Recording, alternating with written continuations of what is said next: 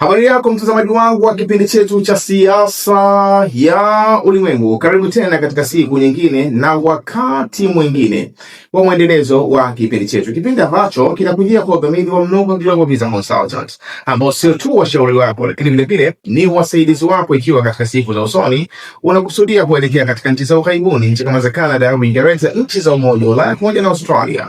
Unaweza kuwasiliana nao kupitia namba zilizoko chini ya tangazo kwa msaada, ushauri pamoja na mwongozo.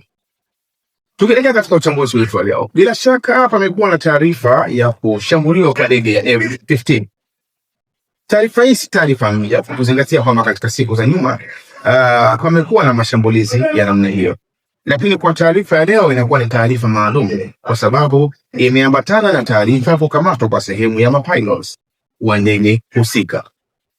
Nchi ya Marekani inaonekana kwamba ilikuwa ikifanya juhudi ya kuweza kuwapongoa sehemu ya wanajeshi waliokuwa katika ndege husika, lakini katika wakati juhudi hizo zinafanyika, vile vile inaonekana moja katika ndege iliyokuwa ikienda kwa ajili ya kwenda kuwaokoa sehemu ya mapilot wa ndege ya F-15, maanake ndege ya UH-60 Black Hawk ambayo ilikuwa ni sehemu kama ya helikopta ambayo imekwenda vile kufanya hiyo rescuing, vile vile inaonekana kwamba imeshambuliwa, na hivyo kuna sehemu ya mapilot inaonekana wamekamatwa na kuna siku nyingine ambayo inaonekana wanaendelea kutafutwa. Tukio hili limetokea katika mji wa Ahwaz au mji wa Khuzestan, mji ambao actually tulizungumza katika siku ya jana kama ni sehemu ya njia ambazo Marekani wanaweza wakapita wakikusudia kuingia katika nchi ya Iran. Kwa sababu ya kuzingatia mazingira ya mji huu, ni mji ambao unakaribiana na sehemu ya nchi ya Kuwait, lakini vile vile ni mji ambao katika mipaka yake kunapatikana mazingira ya tambarare.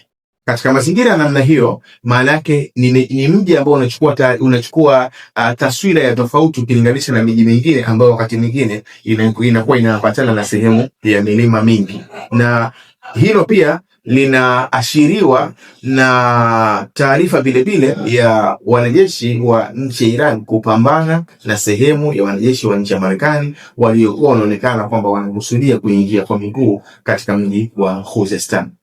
Kwa hivyo ndege imeamka katika mji wa Khuzestan au mji wa Ahwaz, wanapatikana jamii ya Waarabu wanaitwa Ahwazul Arab, lakini vile vile inaonekana kwamba kuna penetration kama kuingia kwa sehemu ya wanajeshi wa nchi ya Marekani, move ambayo inaonekana kwamba zote zimeweza kuzuiwa.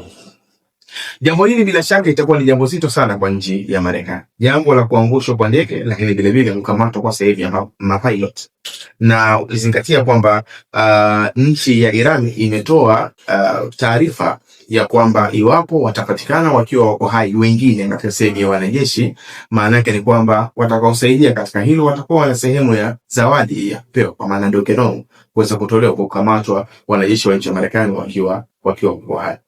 Sasa jambo hili tunasema kwamba Marekani au kwa upande wa Marekani itakuwa ni jambo zito sana. Kwanza kabisa kutokana na msukumo wa ndani. Kizingatia kwamba mazingira ya jeshi la Marekani inaonekana mpaka sasa hivi kama hayajatulia. Kwa kuzingatia siku ya leo waziri wa ulinzi wa nchi ya Marekani Pete Hegseth amewauzuru takriban watu 12 akiwemo Randy George ambaye ni mkuu wa majeshi ya ardhini. Kiachilia mbali mkuu wa majeshi kabisa Duncan, lakini vile vile kuna sehemu ile ya department ya majeshi ya ardhini ambayo inaongozwa na Randy George ambaye ameuzuliwa naye siku ya leo. Kwa hiyo muondoleo watu takriban 12 ambao wanabodi nafasi ya juu katika jeshi la ardhini la nchi ya Marekani.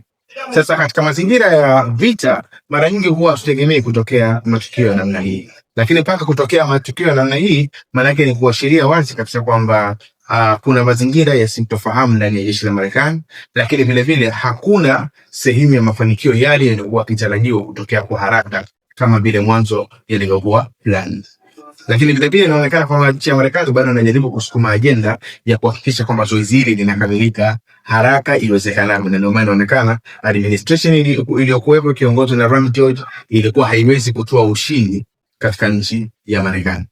Kwa hivyo hili ni moja katika mambo mazito ambayo yanaikabili nchi ya Marekani kwa hivi sasa, suala la kukamatwa kwa sehemu ya mapilot wake katika mji wa Ahwaz. Lakini Ukikusanya yote, bado tunaendelea kuona kwamba nchi ya Iran, ukiachilia kuonyesha uwezo mzuri katika upande wa jeshi, lakini vile vile bado inaonyesha kwamba ni nchi ambayo inainuka kwenye kuleta ushawishi katika siasa za dunia kiujumla. Katika siku za nyuma tulikuwa tukizungumza nchi kama ya Marekani, nchi ya China pamoja na nchi ya Urusi, lakini kwa hivi sasa tunalazimika kuongeza katika listi hiyo nchi ya Iran.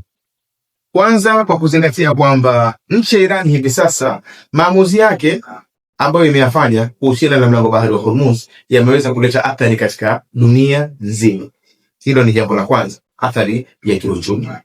Lakini jambo la pili, inaonekana blocks muhimu au zile taasisi muhimu duniani ambazo zina ushawishi mkubwa, maana yake nazungumzia taasisi kama ya NATO, inalazimika hivi sasa iwe katika mazingira ambayo yanaweza yakapelekea hata kuanguka kwake kutokana na mgogoro wa nchi ya Iran. Nchi ya Marekani wakati inaingia katika mgogoro wa nchi ya Iran, kwanza haikutarajia utakuwa ni mkubwa, lakini hata kama umekuwa mkubwa, maana yake ilitegemea itapata backup kutoka katika nchi za NATO, kwa maana nchi kama za Uingereza, nchi kama za Ufaransa na mfano wake. Lakini kile ambacho kimejitokeza mpaka leo hii kinaonekana wazi kabisa kwamba nchi wanachama wa NATO wote au kwa wingi wao wanaonekana hawakubaliani na kile ambacho Marekani ilikifanya au ilikifanya katika hatua za mwanzo za kuingia katika mgogoro wa nchi ya Iran.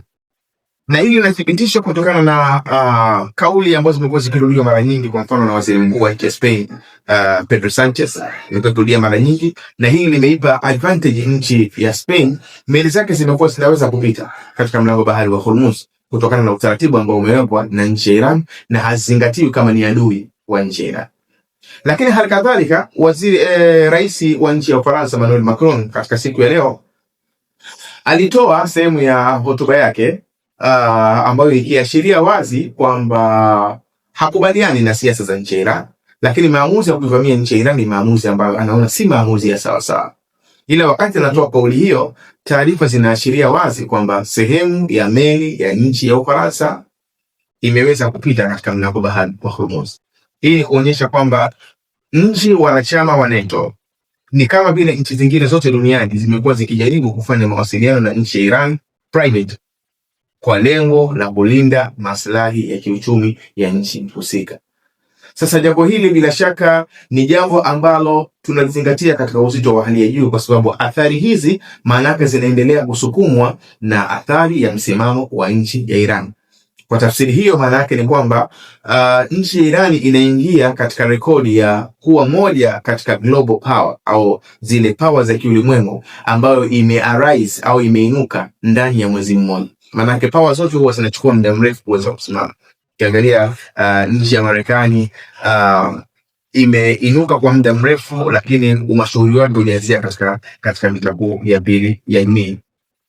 Ukiangalia nchi kama ya Urusi pia ni ya muda mrefu, lakini hapa katikati vile vile ilianguka. Ukiangalia sasa hivi katika kipindi cha Cold War, vita baridi, ndio sasa hivi imeanza tena kurudi katika mazingira fulani, baada ya kuwa ilikuwa kama imefifia baada ya kushindwa katika vita baridi na nchi ya Marekani. Lakini vile vile ukiangalia nchi ya China, maana yake imekuwa kwa muda mrefu ikifanya juhudi ya kuweza kufikia katika kilele chake, hasa kupitia katika njia kama za uchumi na ile tunasema ni soft power ya kuongeza nguvu zake bila kuingia katika upande wa migogoro. Lakini ushawishi wa nchi ya Iran maana yake ni ushawishi ambao unazingatiwa, umeinuka ndani ya mwezi mmoja. Ndani ya mwezi mmoja imeweka utaratibu ambao dunia yote inalazimika ifuate utaratibu wake.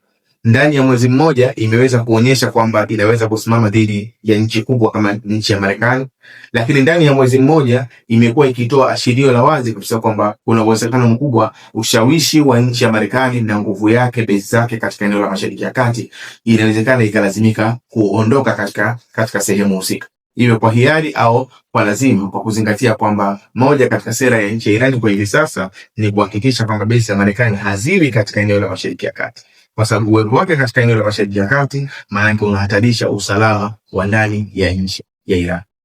Kwa hivyo tukichukua tukio la kukamatwa kwa sehemu ya mapilot, kwa maana ndege ilianguka na kukamatwa kwa sehemu ya mapilot, lakini vile vile tukichukua mwenendo wa dunia inavyozidi kugawanyika kuhusiana na na jambo husika la mgogoro wa nchi Iran, maana yake inaendelea kutupa ishara ya wazi kwamba hivi sasa nchi ya Iran maana yake inaelekea kuanza kuzingatiwa kwamba ni moja katika nchi ambazo zina ushawishi katika upande wa kijeshi, kwa kuzingatia kwamba eneo la Mashariki ya Kati maana yake moja katika sababu ya eneo husika kuwa ni lina usalama, maana yake itategemeana vile vile na sera za nchi ya Iran.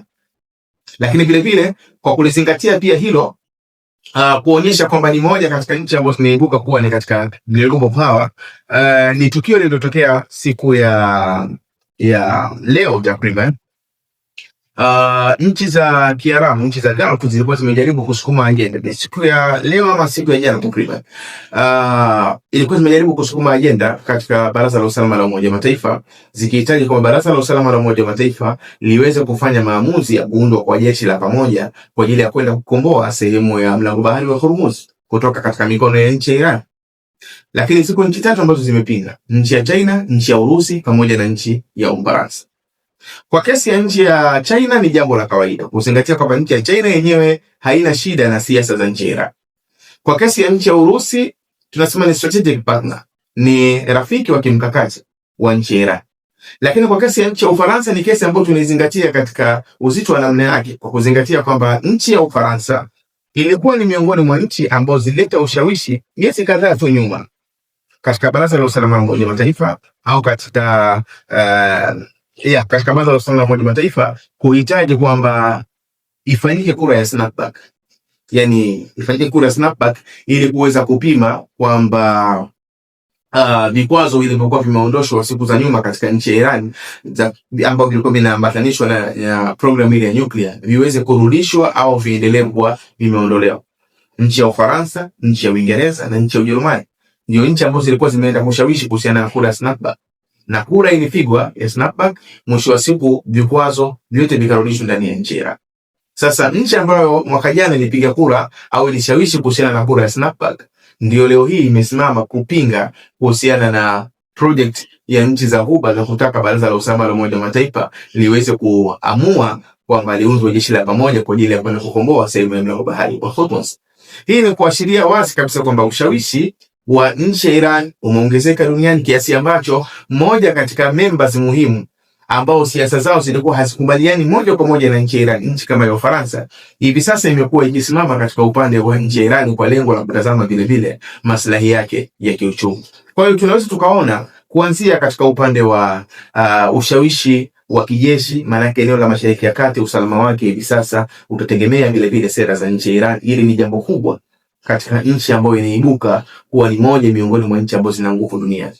Lakini vile vile katika upande wa uchumi, maana yake ni kwamba hivi sasa ile sustainability ya uchumi wa nchi yote iliweze kukaa sawa sawa.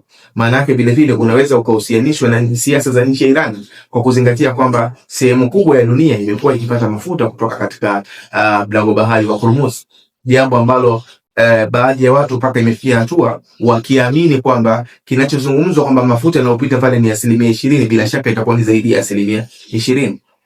Kuna baadhi ya watu wamekuwa wakiamini hivyo kwa sababu ya athari ambayo imekuwa ikiendelea kujitokeza duniani, lakini yote inasababishwa na msimamo wa nchi moja, nchi inayojulikana kama nchi ya Iran. Kwa tafsiri hiyo, maana yake kiujumla yake tunapozitaja nchi kubwa duniani sasa hivi ambazo zina ushawishi duniani, maana yake itakuwa ni jambo gumu kutokuitaja nchi ya Iran kwa kuzingatia kwamba siasa zake zimekuwa zina tarajiwa kuleta athari kubwa duniani wanapokuwa wameamua tofauti na utaratibu ulio. Kwa hiyo bila shaka bado tuna muda wa kuendelea kulifuatilia jambo hili, tukitaraji kwamba huenda katika masaa machache yajayo tukapata taswira iliyokuwa bora zaidi ya hii ambayo tumekuletea. Jina langu naitwa Maulid Ali Mnugwa. Nikombe uendelee kufuatilia vipindi vyetu na nikombe usahau kusubscribe, kulike, kushare pamoja na kucomment. Uwe na muda mwema.